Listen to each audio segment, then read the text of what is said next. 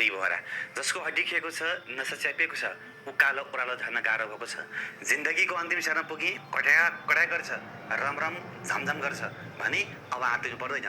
जय होस् जडीबुटी औषधि खाने र लगाउने प्रयोग गर्नुहोस्। समस्याको समाधान सहीमा सही हुनेछ।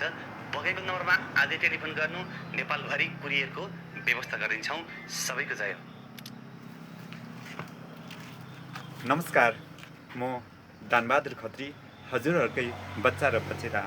98 44 21 24 35मा जो गुरुले आवाज छोडिरहनु भएको छ र यदि हजुरहरूलाई त्यति याद छैन भने जयोस् टेलिभिजन युट्युबमा गएर टाइप गर्न सक्नुहुन्छ र विभिन्न सामाजिक सञ्जालबाट पनि हजुरकै मोबाइल हत्केला र नानी बाबुहरूको सहाराबाट जयोस् टेलिभिजन टाइप गरेर हेर्नुहोला। अर्थात् नेपाल कुलधामी समाज हेर्न सक्नुहुन्छ, अर्थात् गुरु हरिभोरा टाइप गरेर हेर्न सक्नुहुनेछ। गुरु भगवान्, गुरु एउटा साक्षात् महाशक्ति, त्यो प्रलोकको इन्लाइटन शक्ति, युनिभर्स शक्ति लिएर आज हाम्रो यो धरती र धराधाम र यो सुन्दर भूमिमा उहाँको पाउ यात्राहरू भौतिक रूपमा भइरहेको छ। हामीले चिन्न सकेका थिएनौँ। मैले पनि चिन्न नसकेर धेरै समयसम्म भौतारिरहेको थिएँ। तसर्थ आज म सपनीमै मेरा पितृलोकका ती देवी देवता र मेरा पिता पुर्खाले सङ्केत र इसाराद्वारा मैले पाएकै हुँ। मलाई गुरु पाउनलाई धेरै सङ्घर्ष पनि लागेको थियो। विगत केही समय अगाडिदेखि गुरुदेवसँग जोडेर म एउटा सानो अङ्ग र हिस्साको रूपमा सहयात्रा गर्दै अगाडि बढिरहेको छु र सम्पूर्ण माता पिता अभिभावकज्यूहरूलाई पनि यही आग्रह गर्दछु। हाम्रो आज यो देश विश्वकै गुरुदेश घोषणा भइरहेको छ। हेर्नुहोस्, हाम्रा वरिपरि तनाव बोट वृक्ष र चराचुरुङ्गीहरूले गीत गाइरहेको आवाज मैले बिहान छोडिरहेको छु।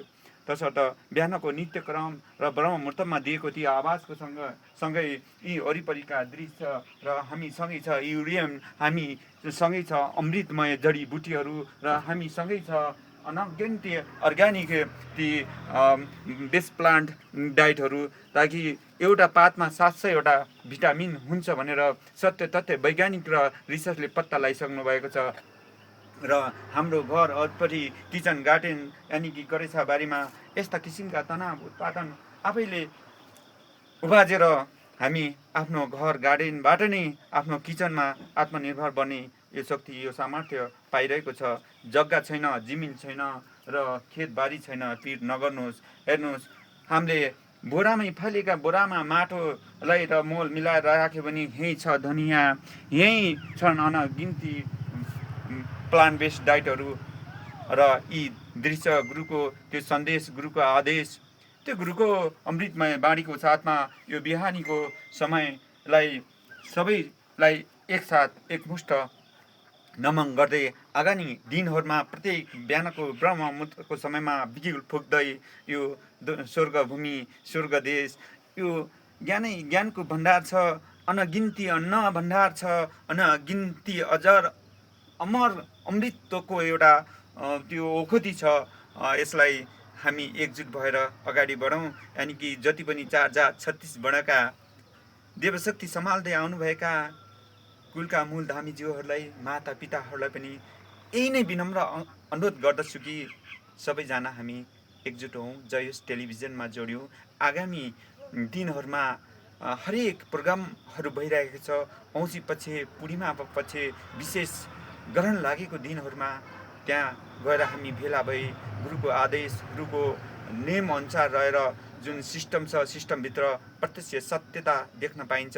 त्यो सत्यतालाई आफूले अनुसरण गरेर हृदयमा लिएर हामी र हाम्रो परिवार, हाम्रो समाज र यो विश्व राष्ट्रलाई नै एकदम सुन्दरमय र आनन्दमय पार्नु छ। यही नै हो मेरो अन्तिम र इच्छा। मलाई ठुलो घर महल र त्यो जहाजको मलाई आवश्यकता छैन, एउटा इन्सानीको आवश्यकता छ।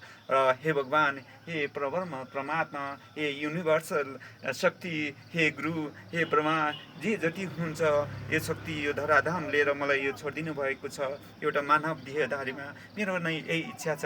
जहिले पनि हृदयमा हाँसो र मुहार मुस्कान छर्ने त्यो शक्ति दिइबक्सेला।